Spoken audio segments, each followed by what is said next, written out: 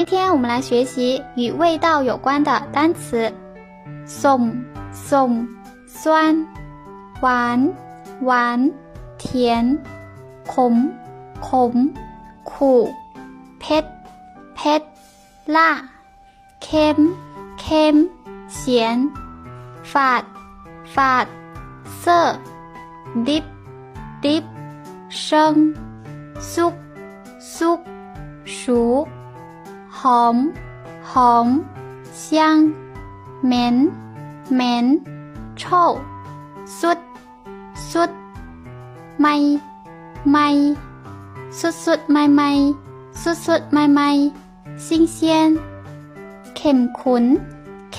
นหนงจืด淡จาง淡มัน油腻。好的，那么今天的分享就到这里，我们下期再见，พบกันใหม่